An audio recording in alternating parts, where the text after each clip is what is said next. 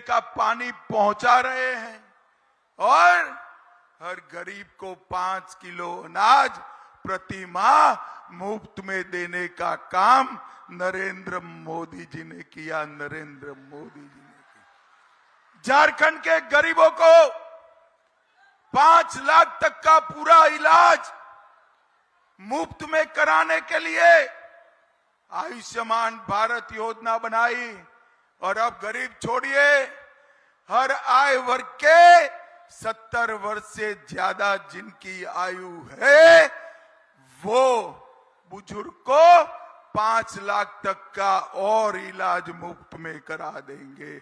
तो 10 लाख तक का इलाज एक परिवार में फ्री होगा।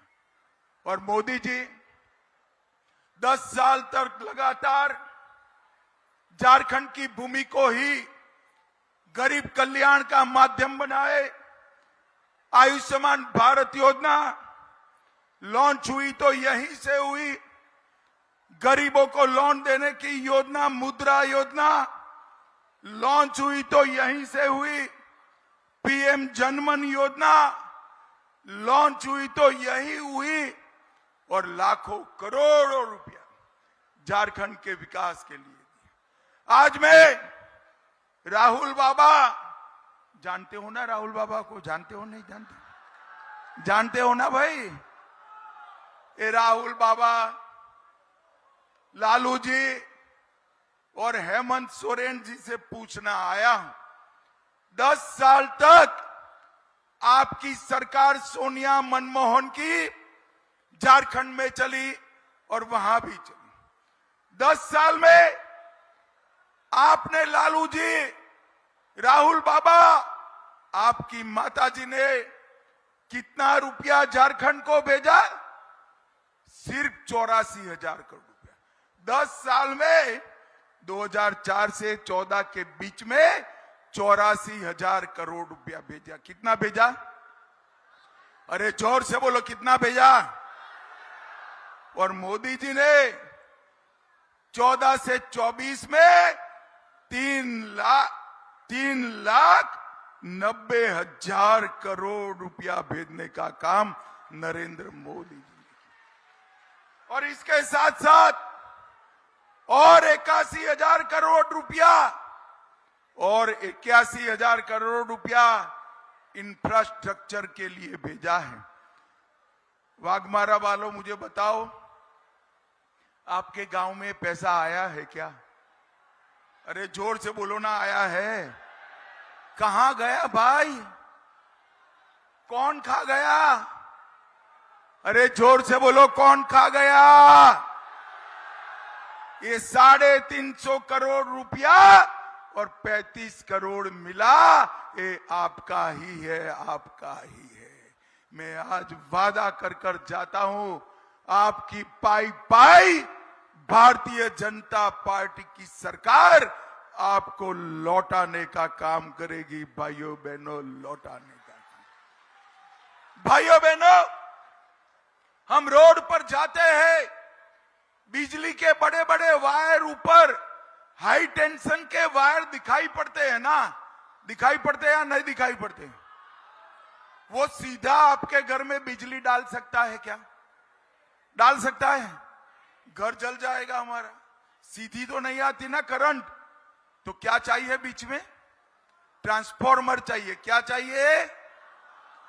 तो मोदी सरकार एचटी लाइन से ये विकास का जो पैसा भेजती है, इसका ट्रांसफॉर्मर कौन है? ये हेमंत सोरेन की सरकार है, जेएमएम की। मगर ये जो आपका ट्रांसफॉर्मर है ना, वो जल गया है। अब मुझे बताओ, ट्रांसफॉर्मर जल जाए तो क्या करते हैं? क्या करते हैं? क्या करते हैं? उखाड़ कर फेंक दो। ये झारखंड के अंदर जेएम की सरकार को और डबल इंजन सरकार बनाओ। पाई पाई आपके गांव तक पहुंचाने का काम ये भारतीय जनता पार्टी करेगी। ये जेएम और राहुल बाबा ने हमारे देश को जातियों में बांटने का काम किया है। ये जाति, फला जाति, ठिका जाति। मोदी जी ने 4 ही जाति बनाया। एक जाति गरीबों का जाति, दूसरा जाति युवाओं का जाति, तीसरी जाति माताओं बहनों की, बच्चियों की जाति, और चौथा जाति किसान का जाति। मोदी जी ने गरीब, किसान, युवा और महिलाओं का सम्मान करने का काम हमारे नेता नरेंद्र मोदी जी ने किया है। नरेंद्र मोदी जी ने। मुझे बताओ भाई, अभी महाराष्ट्र में भी चुनाव चल रहा है। वो सारे उलेमा राहुल बाबा को मिलने गए। उनके अध्यक्ष नाना पटोले को एक आवेदन पत्र दिया। आवेदन पत्र में कहा कि मुसलमानों को आरक्षण दीजिए। अब भाई 50% आरक्षण हो गया है, मुसलमानों को देना है तो किसी का काटना पड़ेगा। समझ गए आप? किसी का कम करोगे तो ही दे सकते हो। तो अब उन्होंने कहा हम देंगे। उन्होंने कर्नाटक और हैदराबाद में दे भी दिया। तो कैसे दिया?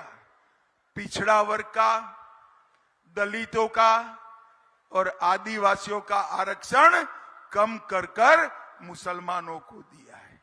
भाइयों बहनों, मुझे बताओ, पिछड़ा वर्ग का आरक्षण कम करना चाहिए क्या? जोर से बोलो, करना चाहिए।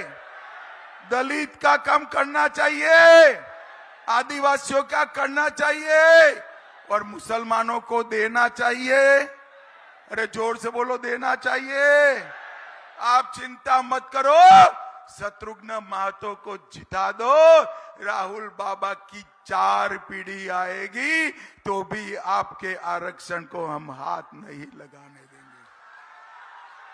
भाइयों बहनों, मैं आज आपको कहने आया हूं, एक कांग्रेस पार्टी पिछड़ा वर्ग की विरोधी पार्टी। 1955 में एक कमीशन बना, काका साहेब कालेलकर कमीशन, जिसने पिछड़ी जातियों को आरक्षण देने की सिफारिश की। कांग्रेस ने नहीं मानी। बाद में मंडल कमीशन बना, इसकी सिफारिश भी इंदिरा ने नहीं मानी। मोदी जी ने आते ही पिछड़ा वर्ग आयोग को संवैधानिक मान्यता देकर पिछड़ों का सम्मान करने का काम नरेंद्र मोदी जी ने किया है। नरेंद्र मोदी जी ने केंद्र के हर एडमिशन के अंदर, डॉक्टरी का हो, इंजीनियर का हो, सैनिक स्कूल का हो, 27% रिजर्वेशन नरेंद्र मोदी जी ने दिया। और हमारी सरकार में 30% पिछड़ा वर्ग के भाइयों बहनों को रखने का काम हमारे नेता नरेंद्र मोदी जी ने किया। नरेंद्र मोदी। भाइयों बहनों, ये वक्फ बोर्ड जो है, ये किसी न किसी की जमीन को हड़प लेता था। और कर्नाटक में तो वक्फ बोर्ड ने पूरे के पूरे गांव वक्फ की संपत्ति कर दिया। गांव वालों के मकान, किसानों की भूमि, मंदिर, ये सारा वक्फ की प्रॉपर्टी किया। अब मुझे बताओ, वक्फ बोर्ड में बदलाव करना चाहिए या नहीं करना चाहिए? जोर से बोलो, करना चाहिए या नहीं करना चाहिए? ये हेमंत बाबू ना बोलते हैं।